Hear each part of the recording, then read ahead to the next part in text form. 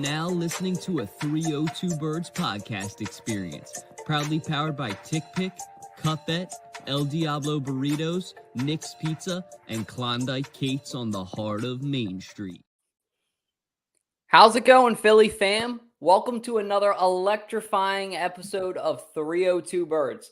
This week, we're hitting you with a lineup that'll be sure to impress. First up, we're diving into Devonta Smith's potential contract extension, hoping that this guy will get one. Will this rising star secure a spot for the Eagles? Moving along, we're also tackling the NFL's new controversial tackling rule. You see what I did there? And what that means for the game. Hint, it's ruining it. Of course, we can't forget about our Phillies opening day, I guess now being moved to Friday. But we're also going to discuss some expectations for the season ahead. Will we see a championship run, or are we in for another roller coaster ride? Plus, we'll also be discussing the Sixers' playoff prospects and how our Eagles can maximize Saquon Barkley's impact. Last but not least, we'll shine a talent on the talented Isaiah Rodgers and what he brings to the table for our Birds. We don't have any call-ins for you guys tonight, so without further ado, I'll hit that El Diablo intro and take you guys into the ballpark so we can get excited for opening day. What do I want when I'm in the state of Delaware? Of course, El Diablo Burritos. Customer service always is serving your food with a smile on their face, asking how your day is, but their food is phenomenal as well. Their burritos are out of this world, one of the best burritos in town. Their queso is phenomenal. Their burrito bowls are amazing as well.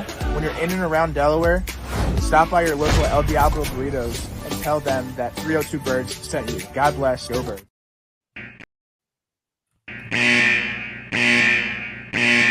Time for Phillies talk with Ballpark Tommy. Finger stitch. A big shout out to El Diablo Burritos and Nick's Pizza for both sponsoring the podcast. Both fantastic places to eat if you guys are in or around Delaware. Opening day moved to Monday. We got Hoss back on the podcast. Mm-hmm. How excited are you? I know we talked a little bit about it. You said you've been working a lot in and out of Philly sports, but I mean, opening day, you don't got to be watching a lot to get excited for opening day. How excited are you for this season? I mean, I'm even more excited at the fact that it's Friday, not Monday. No, but seriously, I'm pumped. I have a lot of expectations for this year. I think, Nola's going to have a bounce back year. Hopefully, knocking on wood, Harper is going to have a really productive year playing first base and staying healthy.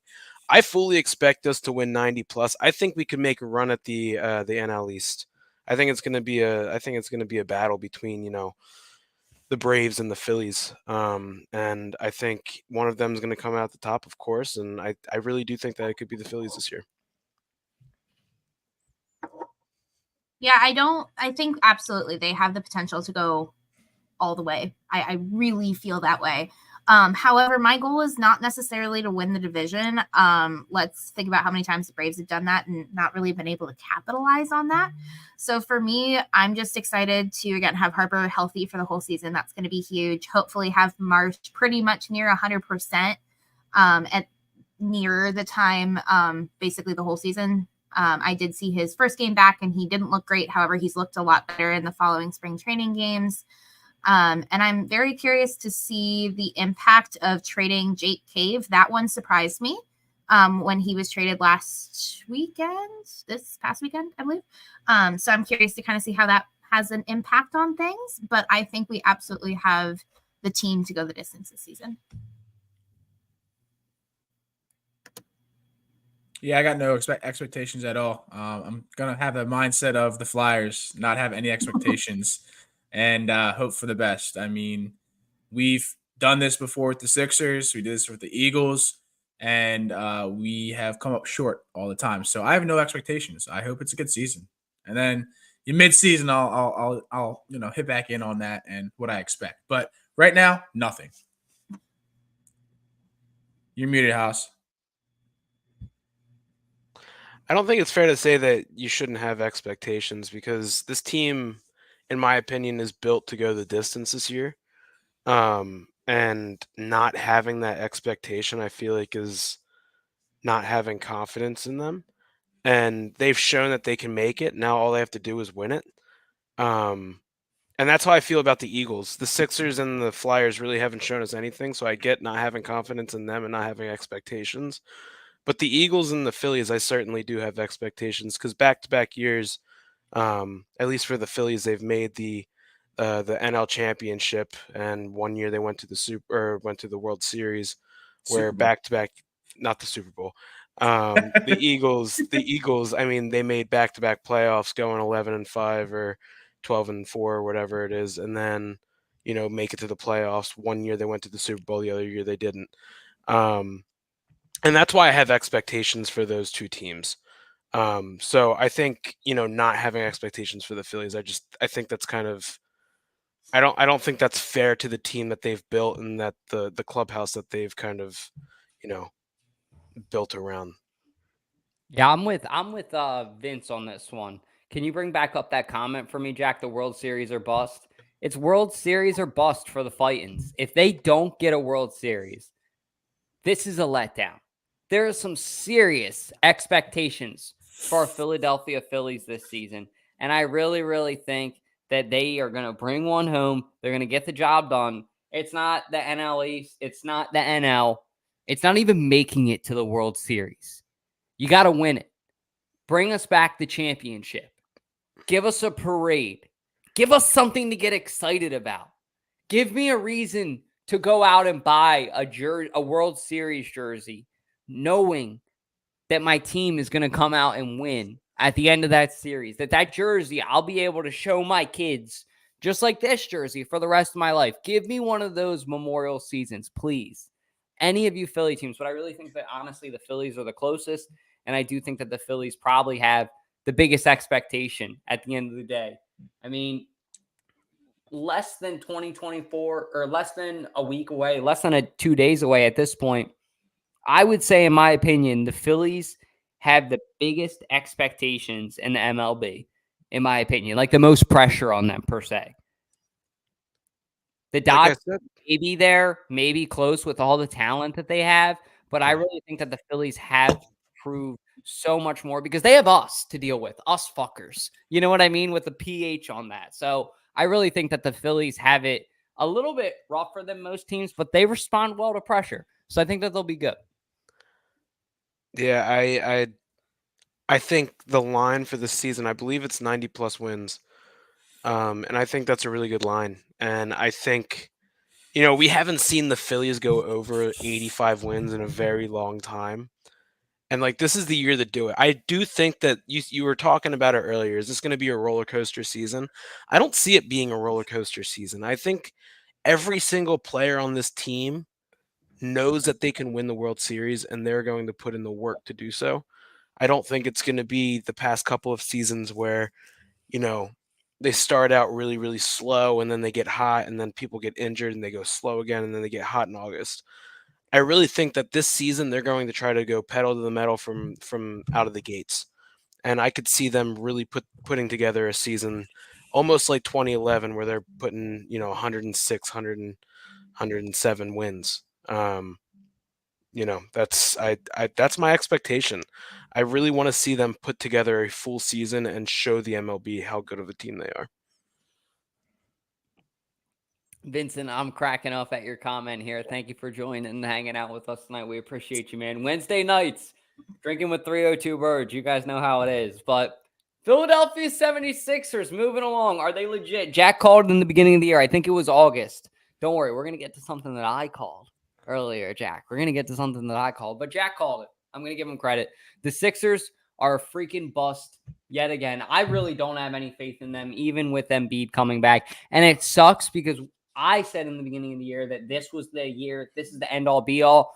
So at this point, I think I'm officially here to say it's time to trade Embiid.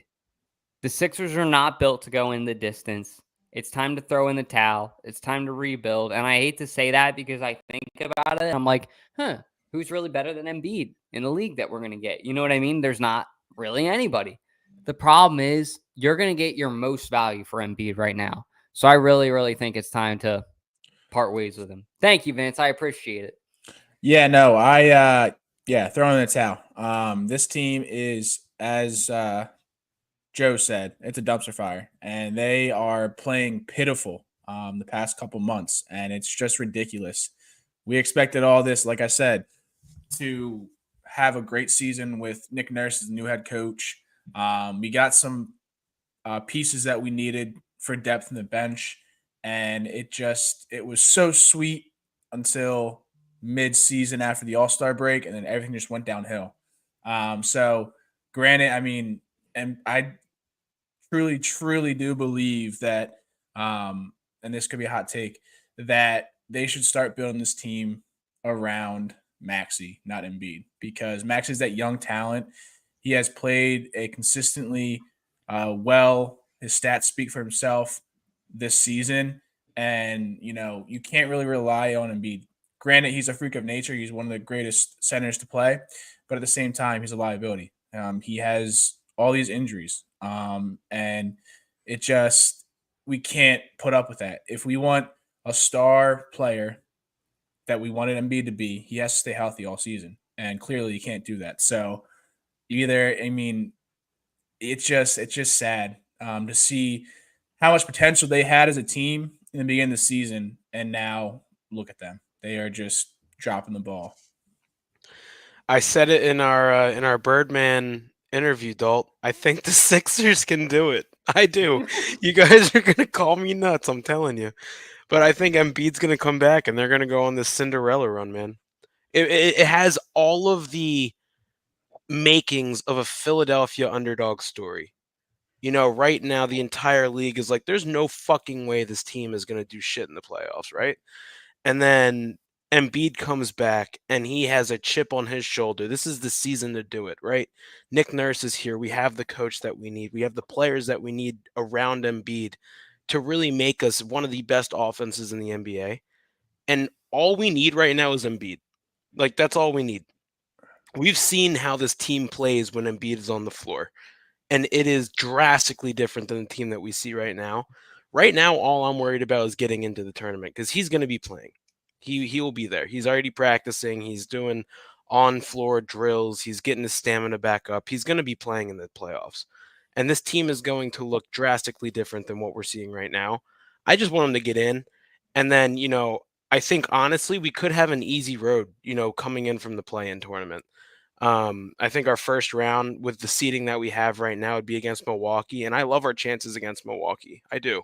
I think we match up really, really well against them, and if we can build some momentum, if people can stay healthy throughout the playoffs, I think that this team can go the distance, personally. I hope you're right, dude. I really do. I really pray to God that you're right, because this has been so hard to watch. And it's been hard to watch to be a Philly fan as a whole the past couple of years. It's been almost did it. You know what I mean? Like that fishing, you almost got it. That's really been us. So depressing for sure. Does anybody else have anything else to say about the Sixers? Or are you guys good to move along? I think that's really Tyrese Maxey's GOAT. Tobias Harris is worth less than a crumble cookie. That's all I gotta say. Agreed. I got something to say. Jack, I told you so, man. You guys all said, Dalton, what the fuck are you spinning with this weird ass logo conspiracy? When you said, oh, the Brazil logo, when it has that green and the yellow in it, it's not going to be Jordan Love and Jalen Hurts because the NFL wants that in that entertaining matchup. Now the NFL's backtracking on their word, saying that maybe it might be the Packers. I'm just saying, I have the chance to go 3 for 3, Jack. First it was A.J. Brown. Then it was Saquon Barkley. You never said shit. You never said shit about Saquon, so you need to get that out. I did on TikTok. I called it that morning. I said he's coming right now. I said, get ready. It's happening today. And I called it, and then it fucking happened an hour later. That morning. Okay. I swear to God, go look at my TikTok. I literally called it. All these people were like, how did you know? No, it was not a how did you know. But let's be honest here. We're going to be playing the Browns. They are not going to put Jordan Love and Jalen Hurts head-to-head in Brazil. They're not electric. What are you talking about? No, I'm saying they're not. it makes much more sense to have the Cleveland game over there. I've heard more and more reputable sources saying this is what it's going to be. I honestly could care less who we play at this point. I'm not loving the Brazil situation, especially week 1 on a Friday night. That's just, for me, I've never had football on Friday night, and I don't know. It's just going to be very, very weird to have football on Friday night. But I truly think it's going to be the Browns. I'd be willing to bet money on it. So, yeah. Can I show you guys something really quick, too, just to stir some conversation? What the fuck is this, NFL? This actually pisses me off. So this is basically a global markets program for the NFL. So you would think, okay, the Eagles are losing a home game in Brazil. So the Eagles should have a global market, right, in Brazil. This list makes no fucking sense. I just think that the NFL is blowing a bunch of smoke up our ass. Like the Eagles fan bases that they technically have are Australia, Ghana. Okay, Ghana, I'll give them. I heard that last year. And New Zealand, right? Yeah. It's like, okay, that one kind of makes sense. But why aren't we in Brazil if we're losing a home game in Brazil? Does that, like, is anybody else with me on that? Like, it's like we're losing a home game to go to Brazil. You would think that they would want to establish an Eagles fan base in Brazil so that if we keep going there for home games, it's like a fucking second home stadium, right? Like, well, I did see this. The home soccer team that's in Sao Paulo, their color is Kelly green. Oh. And so that could be electric. That whole stadium could be Kelly green, which would be awesome. I thought they hate the color green, is what I heard. No, Sao Paulo's color for the soccer is Kelly green. Thank God. That's or like a variant of Kelly green. And so that could be really electric. And also, isn't Brazil's colors like on the flag like green, yellow, and blue? Yeah. Kelly green too, yeah. Yeah. So I mean, like, it makes kind of sense if we're trying to expand our market to Brazil. You know, I think that it could be a good idea. As for your point, Ash, I think a Friday night game is going to be electric. That's going to be awesome. You know, just like celebrating and having a great night and then like not having any responsibility on Saturday. It's going to be I'm going to be up till 4 in the fucking morning. Why 4 in the morning? 5 in the morning. Why? Just fucking excited after. Like, if the Eagles win, like, fucking pounding alcohol, nothing to do the next day. Like, fuck it. The Birds are fucking on. It's going to feel like high school football. Shout out to all the high school football teams in the area because they are going to get fucked. Nobody's going to watch that game on Friday night. Everybody's going to get the fucking ball. No. What Dalton was trying to say is, and Haas, you're wrong. They're red, white, and black. It's Sao Paulo soccer. I saw green somewhere. Yeah, I think they hate green. Their rival wears Kelly green, so that's why. Fuck, yeah, we are. Oh man, that's why. And I think Sean brought that up, or someone brought that up a couple weeks ago about the colors. So yeah, because I'm literally looking up Sao Paulo Football Club, and it's you can't really see. It's red, black, and white. So well, I apologize to our listeners. For yellow jacket jerseys, if you got them, boys, Tom Salucci will be fitting right in. Yeah, exactly. But anyway, I mean, hey, who cares? It's football. Football's back, baby. Coming week 1, even though it's going to suck. That's going to be September overseas 6th. for a home game. So anyway, I'm excited. That's all I got. It's not even overseas though. We're still. That's true. We're not going across the pond. We're going across. You know. We're going across the Caribbean. All I'm saying is that I work Saturday, so somebody else has to take care of posting. I'll put Dolls on that. I got it. Don't worry. We'll train Joey too. We'll be good. Don't worry. However, we're not going to be good with this fucking rule change that Roger Goodell is making. It feels like more and more this is becoming a flag football league. Let me know if you agree with me in the comments. Let me know in the comments how you guys feel about this either way, because Sean's telling me to get drunk. I think Roger Goodell was fucking drunk when he thought of this. You're going to ban the hip drop tackle? That, like, sucks. How are you supposed to tackle people? That's, like, a crucial way to tackle people. There's not going to be a right way to tackle somebody anymore. It's just going to be a flag. I just think that the hip tackle is absolutely essential to football. Like if you're coming up behind somebody, that's probably how you're going to bring them down, is by dropping your weight by your hip and trying to drag them into the ground. That's football. I don't think that that's going to prevent any kind of injury, in my opinion. I don't think that this is a good idea. The kickoff change, whatever. We all know how the NFL feels about the kickoff and all that shit. And then the coaches challenge. I didn't even research that, to be honest with you. But I can explain it. So basically, obviously now everybody gets 2 challenges per game. And at this point, if you win one of the first 2 challenges, you will get a 3rd challenge. Which I've always thought that was like stupid that like you couldn't just keep challenging on, like, if you were winning some of them, right? Obviously you don't want to be challenging everything, but I think that was like the one rule that I was actually like, okay, that makes sense, out of the changes that came out this week. I think on the hip drop tackles, I think it's kind of being blown out of proportion a little bit.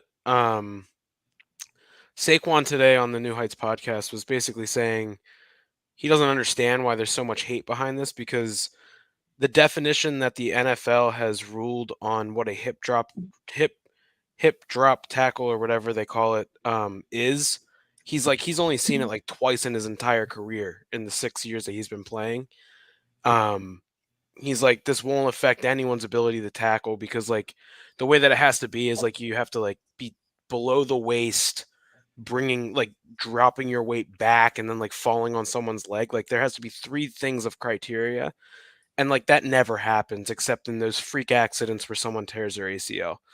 And so like I think there's going to be a lot of discussion on what that definition actually is. I think we're going to see a lot of blown calls where we're just like, are you serious? And then, over time, it's going to get more and more fine-tuned. But he's not really worried about it. He was basically saying that it shouldn't really change the way that people are playing the game and playing defense. It's just one of those extra safety rules. And I agree, this league's going really, really soft. Mm-hmm.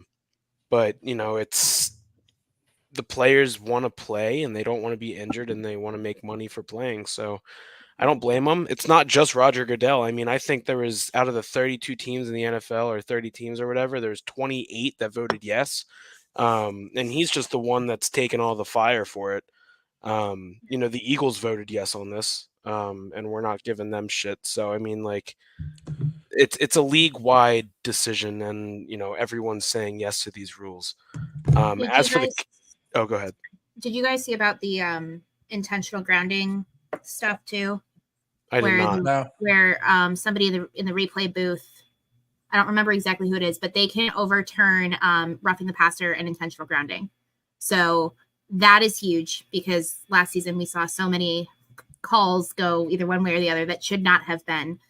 So that was another like good one. Obviously, everybody's very focused on the hip drop tackle for like valid reasons, but I think too it's important to know that not everything was terrible that came out of those owners meetings. Yeah. And like for the kickoff, I don't like that you have to tell the other team that you're going to do an onside kick. I think that's really stupid. Because that was the whole part of it, like you're doing an onside kick to try to get the ball back. Like it's supposed to be a trick play, and now it's just not a trick play anymore. You're just kicking the ball to them and just, shorter.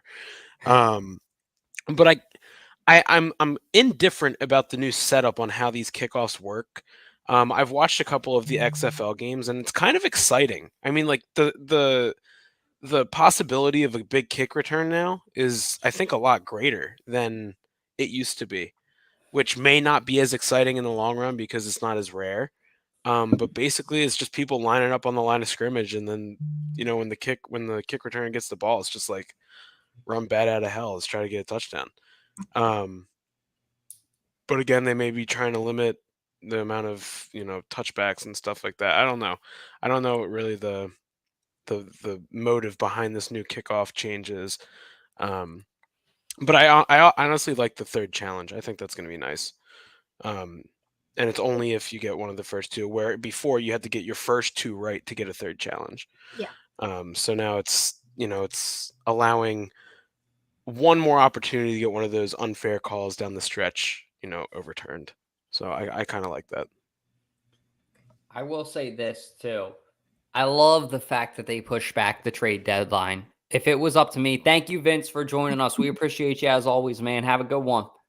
If it was up to me, I would actually bring the trade deadline up to like week, I would say 13 or 14, like 2 or 3 weeks before the playoffs. I think if you want to do it, go ahead. I didn't like the fact that I think that the NFL, what was it, week 8 before, and now I guess it's week 9. I'm not sure the exact week, but I know it's probably like near midseason. Regardless, I'm all for it. This is actually the one that I would say good job to the NFL on. This is something I think that you should have the freedom to do. If 2 teams want to make a trade in the NFL, I think even in the fucking playoffs, that would make things so interesting. Like if you could give up okay, because some teams like fucking Howie could leverage. Like I think maybe a cutoff before the NFC Championship and AFC Championship. But if you want to make like a trade in the wild card and like you're out of it or something, or like the second round and you're out of it, and like you're like, all right, I have a little bit of leverage. I'm going to get rid of this guy anyway. Give me like 3 first-round picks for him because I got this other team calling. That would make it a real entertaining league, I think. So I'm personally all in favor of keeping trades. And like if you 2 teams want to do it, whatever. Okay, but how come in your fantasy league you don't allow that? I'll fucking allow it this year. Then I'm not the commissioner. I think play. Josh is. I wouldn't play. I think that'd be so stupid. I mean, if you want to save up cap for next year, like it's got to be a dynasty league. It can't be like the 302 Birds League where it's like we get new people joining every year. You know what I mean? It's a revolving door. I think it's got to be like, okay, we're all invested in this. Like we all have like these players, you know what I mean? It's a dynasty league, which I would be all for. I'm just saying. I mean, you still got to do your punishment, bud.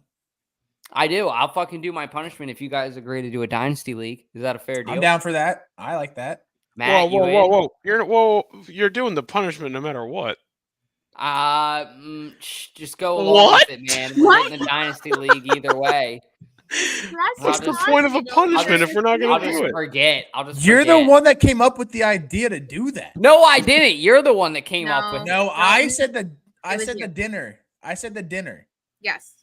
Which I said I would do. Yeah. Are you scared to do beer Olympics by yourself? Yes, that I'm actually scared to do. I can't drink it. You shouldn't have lost. Teddy bear on a date, no problem. That's fine. Whatever. Yeah. I don't know. I don't like the fact of, the idea of having a trade deadline so late. I think this is fine pushing it back 1 week, but like your idea of having it, right before the playoffs, I just think I think that there's a lot of teams that have significantly more leverage than others. And like then you're just going to start getting the teams that have money, have players, have draft picks. I mean, it's just like I don't think that's entirely fair when say the Texans make it to the playoffs and they don't have that leverage to be able to get other players. I mean, and also they got Zach Ertz, and what the fuck did he do? He didn't even play. I don't think he drafted him. Exactly. So I mean, it wasn't even like they traded for him. They just picked him up. Yeah. And that's fine with me. But I mean, also, I don't think any players would want to partake in that because you get traded to this team that's in the playoffs. Then you have to learn a new playbook within a week. Like you're not going to play. Yeah. It's like I mean, we've seen players come to the Eagles halfway through the season and they don't start actually playing well until maybe the last week. Yeah. If you get to that point. If you even get to that point. Yeah. So, I mean, it's just like I think if we were to go with your idea, Dalton, the playoffs, I think it would be an utter disaster. I don't think that you're wrong on that. There's definitely a reason that they don't do it. I just think it would be a very interesting, like maybe that's more of an XFL kind of thing. I just think it makes it really interesting that if you had like 2 teams hypothetically say, and you had a guy like Howie Roseman that's like, shit, oh my God, I could bring in somebody right now like Justin Jefferson. I'm going to have to give up something 5 years from now. But right now, I know that if I bring in this player, I'm going to win a Super Bowl this year, pretty much guaranteed. Like it makes it very, or if I have a guy that's injured, like if you have a crucial player like AJ Brown or somebody, God forbid, that goes down in the NFC Championship, you have a chance to salvage it. I just feel like if there's two teams that want to do something in the NFL, you guys have to come to an agreement mutually. But if you guys come to an agreement, which I feel like if you're coming to an agreement, you both feel like it benefits you, fuck it. It's on. I think someone's capital would skyrocket. Say AJ Brown gets injured and you're like, oh, I'm going to go out and get Justin Jefferson. They're easily requesting at least 6 or 7 first-round picks for that. That's the thing. That's what makes it interesting. So you have a guy like Howie Roseman. And just say no you get team would knocked ever out do like that. this year, and AJ Brown's sitting there, and AJ Brown's having all that stuff where it's going on with 94 WIP. This was obviously after that, but hypothetically say that this was at the same time. I'm just saying, who's not to say? It would be a very entertaining league. That's for damn sure. That'd be nuts, but I also I can't. I'm trying to think of a world where that is something. And XFL, where it's fucking WWE, and they need are we riding a UFL team this year? Are we? We or need like, to get an XFL team. I'm with it. No, is I it think US doesn't- XFL? No, it's just UFL, the Unified Football League. I'm rocking with the Battle Baltimore, Hawks, right? but Isn't it KJ and Baltimore? everybody around Yep. here rocking with the DC Defenders. Yeah. We DC are Defenders- Battlehawks fans in my household. Well, but us as 302 Birds, we just got to rock a team, and then we can. I'm going that with can the be Battle Hawks I say because Battlehawks. I can't root for the Commanders, their fan base. And I know they're technically the closest, but the Battle Hawks are the next closest, and the Battle Hawks have cooler uniforms. Baltimore's closer than DC. They don't have a Baltimore team, do they? I thought Baltimore did. No. I don't remember. Nope. Where's the Battlehawks? St. Louis. Louis. Yeah, I was St. Louis. I thought it was Seattle. St. Yep. Louis. Oh, St. I'm gonna be DC Defenders then. I gotta be DC Defenders. Let's go. You and me, Haas. Let's try go, it out. let's go. We'll be Let's go, divided Jack. then. You guys Yeah. can go with KJ and do the fucking they do the beer snake thing. They are a pretty dude. fun fan base. They are. I watched them actually in the XFL, so I'm kind of happy to be following them still. Until Philly gets a team. FYI, guys. Just so you know. Once Philly gets a team, we'll be back. But the Stars did not get transferred over. They did not get a contract. However, Devonta Smith, I think, hopefully will be getting a contract soon. I'm really praying that they find a way to keep this guy because there's that legend in the NFL about how you can only keep one player, especially when you have two like AJ Brown, Devonta Smith, two great caliber wide receivers. You're probably only going to be able to keep one. If I had to pick one, I'd probably pick Smitty. Nothing against AJ Brown. Devonta Smith is just younger. You get a lot more out of him. This guy had a really, really good season this year. Over 1,000 yards again. 7 touchdowns alongside AJ Brown is pretty impressive. I think that the Eagles need to find a way to extend this guy, and I think that he deserved it. However, with all of that being said, I don't think that they'll do it. I don't. Really? I think that they're going to find a way to fuck it up, unfortunately. I do. I think that would be the biggest flop in Eagles history if that were to happen. I mean, this guy's all about Philadelphia, and AJ Brown's older. Smitty he's putting up better numbers than Deshaun Jackson his first couple years. Mhm. And, we let Deshaun Jackson go when Chip Kelly fucking took over. Deshaun Jackson go, not we. Yeah.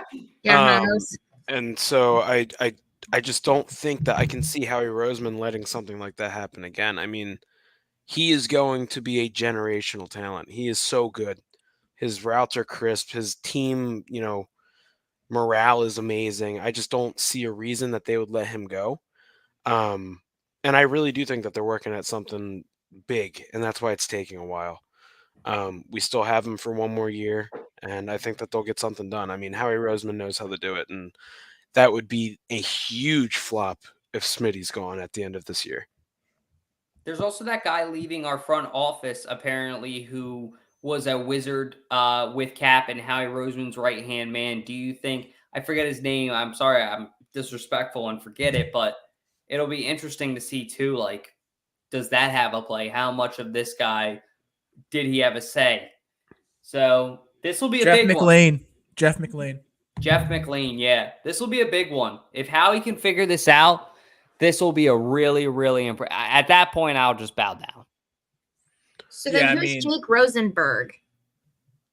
That's Jeff it. McClain's the reporter, Jack. Yeah, because I I'm was like, gonna say, Jake I was like, Rosenberg is Jeff who popped up McClain- on my ESPN today. Say his name again, Ash. Jake Rosenberg. Yes, Jake Rosenberg kind of seems to be the guy behind the numbers, or him and Howie together. He's the guy apparently, who's in charge of our salary cap numbers. So yeah, he's the guy. So yeah, I don't know what kind of impact that'll have on this contract, but we shall see. Yeah, if they get rid of him and don't give him a contract, then that's just like Haas said, biggest flop in Eagles history, because he is a generational talent.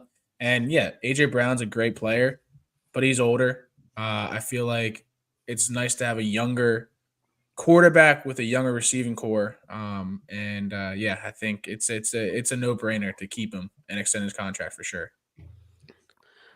I mean, if I'm being realistic, I do expect both of them to be back. I don't think AJ Brown's going to go anywhere, and I don't think Smitty's going to go anywhere, especially if this season turns out as well as we hope it does. I mean, every player that plays for the Eagles, they always regret leaving when they do. They take more money. And, I mean, look at CJ. I wasn't on the show the last couple of weeks, but he admitted it. He was like, I hated the fact that I left here for more money or whatever. He was like, I hated the fact, and I'm so happy to be back. And I think that really goes a distance when talking about the players that are going up for money now. Is like, really, are we going for money, or do we want to play for a team that we know will win and that we love? And I think Smitty's going to, take whatever money we give him. I mean, it's not going to be bad money. It's going to be respectable. And I think AJ Brown's going to also take money that he knows that he deserves, but is not going to reset the market. He's not the best wide receiver in the NFL. He doesn't deserve to be paid as the best wide receiver in the NFL. And I think he's going to realize that, and he wants to keep winning, and he wants to keep playing for Philly. I think they're both going to be here. I do. I don't think that they're going anywhere anytime soon. The only issue with AJ Brown is if he were to leave, it's because of our fucking fan base, because we start rumors about him. And he said in a press conference, it's like, it's like, I love Philly, but the fan base just like always wants clickbait or whatever. Not those words, but like, that's the biggest issue. Like, he will gladly stay, but at the same time, if I were him and I was getting spread rumors about me and stuff that's false by my fan base, I wouldn't want to be here. You know what I mean? So it's just, we have to be a better fan base than, star up lies and shit like that. So you're asking a lot, Jack. You're asking a lot. No, but like, it's something that we can't do. It's like, why start rumors about who's a great receiver and who's done a lot? I don't know. Anyway, moving on. Yeah. I think a lot of it's the media. I don't think it's necessarily the fans. It's literally we read news articles, and that's where we get our information from. Yeah. And it's all these no-name reporters that want to make a name for themselves. So they're just like, AJ Brown hates it here. And he's like, what? He's like, those words never came out of my mouth. And I mean, I can't blame the fans because we get our information from the reporters. And so, at what point do we blame the reporters other than the fans, So reporters, be better. Advancing along to some of your favorite part of the night, guys, for some of you. Time for everybody's favorite part of the show, 302 Trivia, with your host, Jack Dordan, the mayor of Delaware. Thank you to Tick Pick for that sponsorship. Like I said, the Phillies start playing on Friday, and we got the Sixers playing really shitty. Get your tickets from Tick Pick with no fees. Anyway, tonight's question we have for you is a Sixers question. And the question is, how many times did Dolph Schayes lead the Nationals/Sixers to the playoffs? How many times did Dolph Schayes, who's a head coach, he was the head coach, lead the Nationals and Sixers to the playoffs? A, 10, B, 15, C, never, or D, 5? And we'll give the answer in the show. I feel like this one is obvious. I don't know. We'll see. Like Dolph Schayes. Nationals select. Are we talking like Nationals and like the team before the Sixers? Yeah, he was a head coach for the Nationals, and then when they transitioned to the Sixers, he was also. What year when they was renamed the Philadelphia Nationals? It was like the 60s, I think. Yeah, this is way before my time. No shit, Sherlock. Yeah, it was. I'm sorry, it was from 1948 to 1964. He was there for 16 years as the head coach. All right. You got to do some thinking. I found this very interesting. Saquon Barkley came out today and basically said that he was very interested in the Texans and playing with CJ Stroud originally before coming to the Eagles. He said the Texans were a top choice for one of him, and the Eagles didn't really emerge as a contender until a little bit later, which I found fascinating. Because originally when Saquon Barkley was coming out, I thought that it was a match made in heaven for him in Houston. Houston just had a great playoff run. CJ Stroud had a really, really strong game. D'Amico Ryans, their head coach, a former Philadelphia Eagles linebacker, had a really, really strong outing as head coach this year. A team that seemed on its deathbed, that everyone counted out, nobody cared about anymore, took the AED off the wall and pumped some life into itself. It was amazing to watch. And I think we were all a little bit of a Texans fan, especially during the playoffs this year. So I thought that it was a match made in heaven for Saquon to go there and just kind of be the icing on the cake, for a lack of a better term. And then out of nowhere, the signing happened. I was just talking shit in that video. I didn't actually think it was going to happen. And then it happened, and I just looked smart. I really didn't know it was going to happen, guys. You know that. But, it actually happened. And I think we were all in shock. And I think we're still going to be in shock until we see it next year, like we keep saying.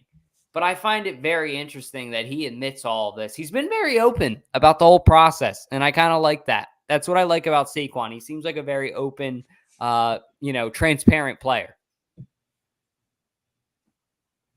Yeah, I think him going to the Texans would have made that team toxic in a good way, in a really, really good way. They would have had really good offensive weapons. They all would have been young. What is Saquon, 28, 27? He's been in the year. He would have been the old guy on that team. Yeah, he got drafted at the age of 20. Yeah, I think he's from 27. So he's 26. Yeah. 27. I mean, he's so young.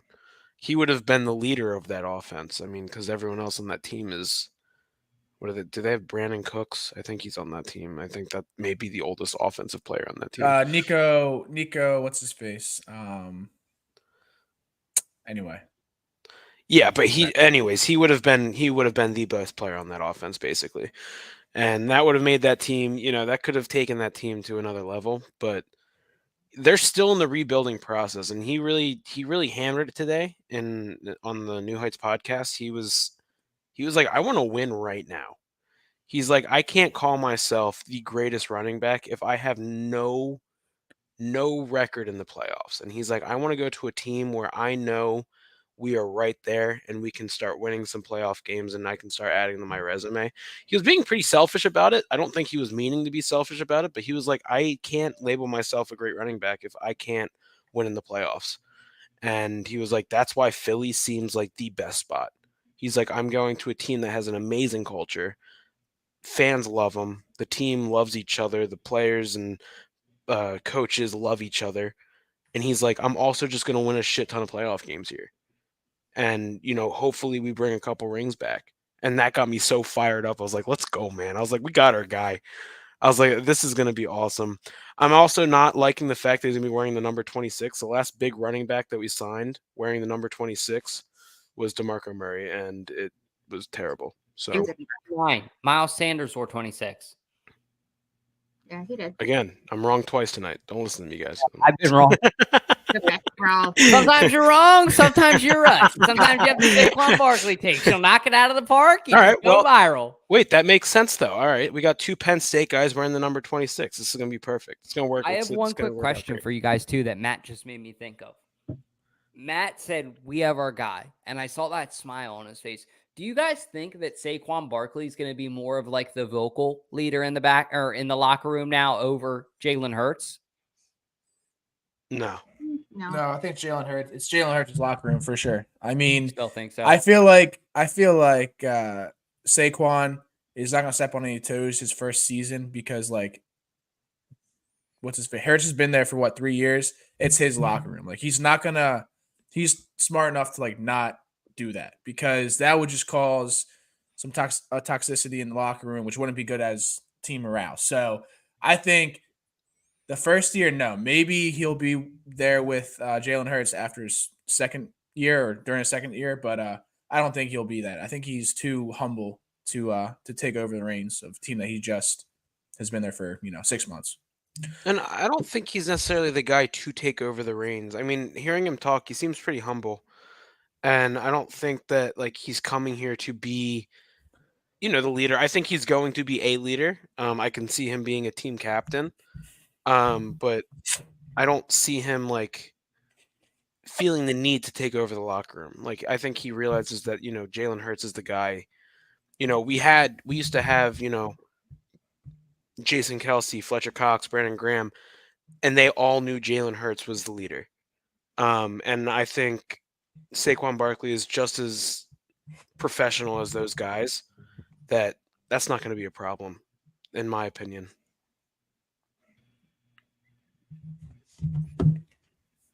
I did love the firing back on the podcast. Saquon trying to get him to come out of retirement. Obviously, a story for another day. You guys can check out the New Heights podcast for yourself to see that. I won't, false report on anything, but I did like that. That was pretty cool. So maybe there will be some more to it later as the season progresses. Week 8, who knows? But moving on to our last segment of the show, wrapping up now. Time for everybody's favorite part of the show, 302 Trivia, with your host, Jack Dalton, the mayor of Delaware. Thank you, Tick Pick, again for that sponsorship. And like I said in the chat, Dolph Shays was a player, not a coach. That's my fault. I'm an idiot. But anyway, how many times did Dolph Shays lead the Nationals / Sixers to the playoffs? A, 10, B, 15, C, never, or D, 5? And Matt, did you even send me an answer? I sent in. I'll say it live. Oh, okay. Okay, I got you. The answer to tonight's trivia. Oh wait, I'll say B.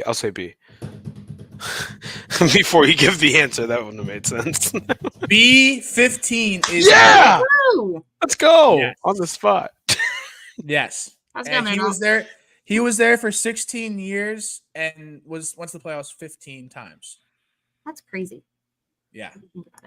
Are you fucking kidding me? I thought you said it was. I thought you said it was an obvious answer, Dalt. I thought 5 was an obvious answer. That sounds realistic. A decade, maybe you go 50-50. Fucking. I mean, okay. And then I heard 16 seasons. I'm like, what the fuck was this guy there for 20 years? Nope. 16. That's fucking nuts. 15 for 16. Yeah. So that is your answer for tonight. So Ash got it correct. Haas got it correct. Dalton obviously got it wrong. And the Anthony got it wrong. Tony got it wrong. So he was in the comments. So that is tonight's trivia. Fans. We'll have a score tally for you guys next week.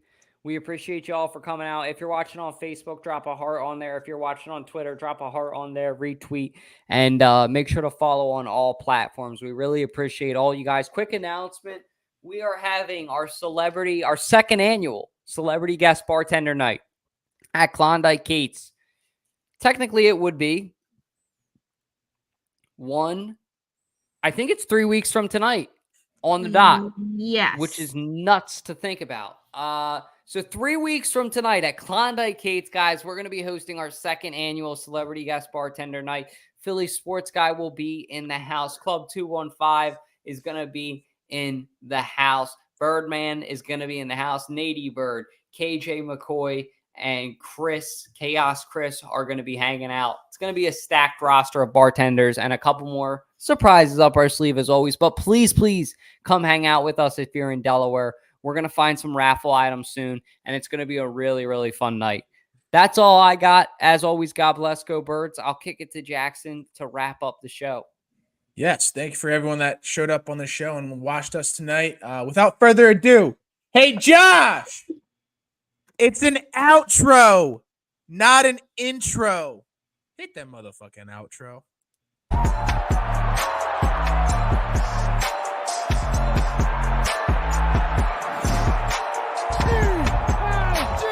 Sixers are about to lose that one. Sixers are ass.